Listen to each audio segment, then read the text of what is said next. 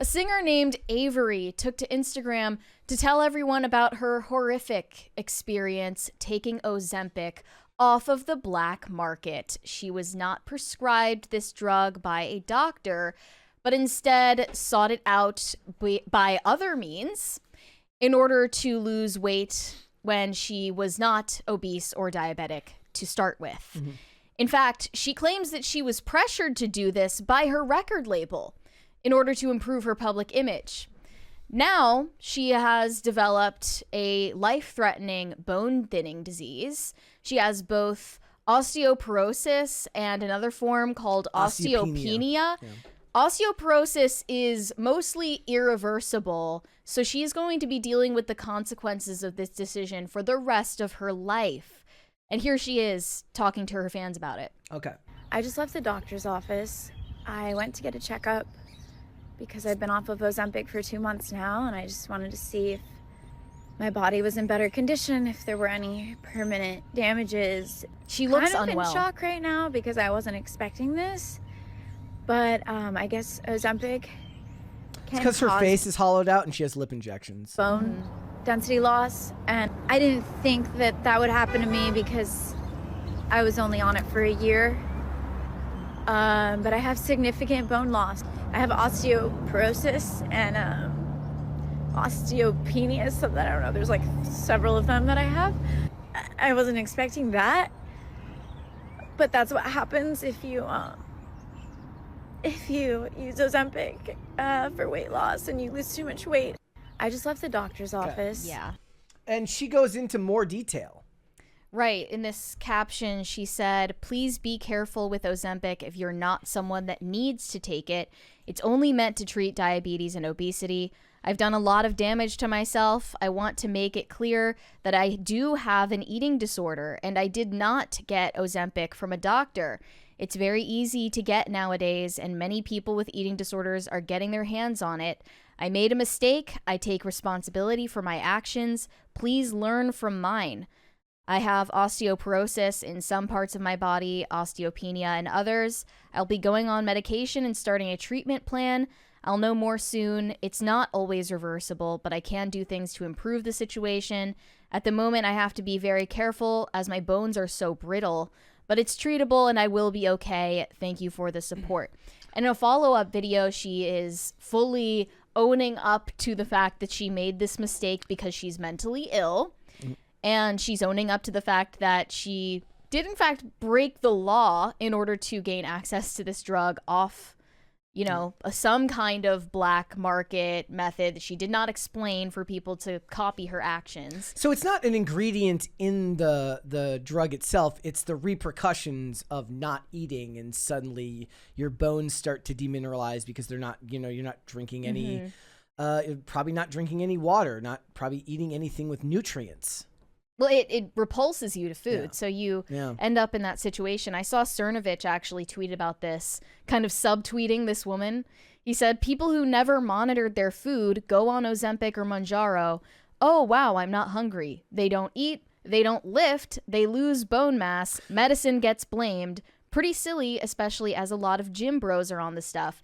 So he's saying you can't blame Ozempic when it was really your behavior while on Ozempic that caused this problem. Back when I was younger and I was prescribed to Adderall, I ate way less. Just did, right? Like because you're prescribed to it and it suppresses your appetite in a lot of ways. So the second you get off of it, like now it's probably not the same thing, because at the end of the day, as long as you because what happens is you start to feel really shitty if you don't eat, and you attribute that to the meds, but really what it is your body starts to dehydrate and you're lacking any nutrients on top of the fact that you've basically just taken legal speed, which will lead to anyone feeling shitty, but you have to force food down a lot of the time. But then the first thing you notice is, especially if you're taking it properly and you're not taking it times when you don't need it, you're really hungry and you're actually like really excited to eat. And that's a dangerous thing too, because now a lot of people talk about you shouldn't eat for fun, you should eat for fuel.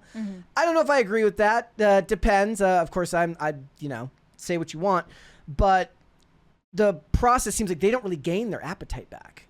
Like she doesn't like. You mean after going like off of it? the one did. They talk about what is it? They talk about food thoughts or Food noise. Food noise. That's the big buzzword now. Food noise. Big difference between food noise and hunger. Yeah. And like for me, I was at a much younger age where I was just in general.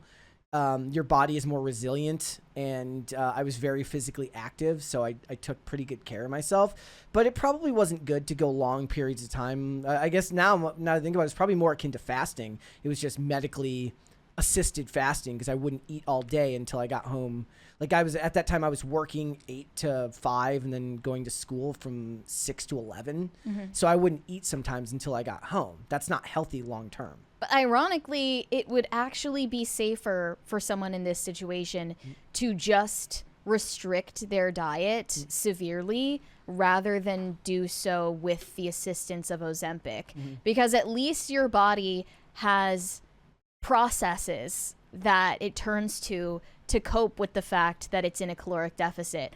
But when you're on Ozempic, you're mimicking the chemical feeling of being satiated all the time. So your body is probably not responding to it the same way it would otherwise to compensate for that. Yep. Do you think it's possible to be addicted to Ozempic? I mean, I think it's possible to be addicted to not feeling hungry, to chemically not feeling hungry. So not Ozempic in and of itself, but just the feeling that it gives you? I think that a person could very easily get off Ozempic, find Adderall, and be like, sweet, and I've got double the energy. That's been around for years. I'm just saying somehow... maybe they didn't take it first, right? Yeah. Or the opposite. Somebody took Adderall for years and wants to get off of it, but doesn't want to start eating a ton again or something like that. I don't know why you'd want to. I love, like, the second I got off Adderall, I'm like, yes, food, this rules. But, you know. She claims in another post, my record label told me I was fat. They dropped me. I got addicted to Ozempic and now as a result have osteoporosis and my bones are as fragile as wafer cookies. And I spent all my money, I'm guessing spent all of her money on the Ozempic. And I just moved in with my mom at 30 years old. So she emptied her bank account, gave herself a life-threatening, lifelong illness, all because her record label allegedly told her that she was fat and didn't fit the image they were looking for, dropped her, and that was her coping mechanism. I mean, isn't that pretty much the story of life in Hollywood in the music industry, is how many women have developed eating disorders, how many women got addicted to diet pills, how many women got addicted to stuff like that just because they went out there and there was the beauty ideal that they expected you to meet. It's not pretty, it's not healthy, but that's... It's so... strange though to hear people say things like this in 2025. But I mean, what can you expect? What can you expect when for 10, 15 years all of these so-called authorities on health and nutrition, along with celebrities, entertainers, along with the media, all conspired in a lie to tell people that it's not only healthy, but also beautiful to be obese. And people know deep down that they are being lied to. They know that they don't want to resign themselves to living an unhealthy lifestyle that makes them feel and look like shit. So as a result, of course, they're going to go to drastic measures, including purchasing non-prescription drugs off of the black market in order to avoid that. Yeah. Well, like, and that's the sad thing is, you know, who wins in all of this is the pharmaceutical industry, because you either do the body positivity one and you're on a bunch of medications because you're not actually healthy. True. At the very least, you're taking ibuprofen because your knees can't take the weight. Or you go the opposite route and you say, I want to be thin, and then you have to take Ozempic, but nobody other than, you know, and then everybody gets rid. And to be fair, I make fun of it too when people get out and they talk about the diet and exercise. All that stuff is unbelievably important. It's just that a lot of times the people that promote it the most, or the healthy eating, they tend to be overbearing and turn people off of it. True. And they also lie. Yeah. They also lie. I saw another one of those videos yesterday. It's the combination. It's like, it's a guy who goes, the best thing you can do in the morning is to drink water. And another guy, and he goes, the worst thing you can do is to drink water in the morning. The best thing you can do, when you get up, the first thing you have to eat is eggs. If you want to die young, the first thing you should do in the morning is eat eggs. This is what I'm saying. Yeah. It's impossible to navigate the internet to find answers about literally anything, no matter how unimportant or trivial it may be. Whether it's nutrition or politics or religion or I don't even know. Like the only way to be happy the is weather. To not, the like only way you to be can't happy, find an answer. The only way to be happy is to not care and not look online. Because you're not like gone are the days. You have to care. Gone are the days where you could look for an answer and get an answer. Now you look for an answer and you get 10 answers, and then you have to decide. It is relativism. It is a form of forced social relativism where nothing matters because you're going to get 10 different answers, all of them with somebody who might be a snake oil salesman giving you at least a reasonable sounding explanation as to why their method is the right way. You're better off not looking. Like if all of the information is in a box, you're better off just not looking in the box. Social media is just turning into a black hole for actual information and the truth. It is.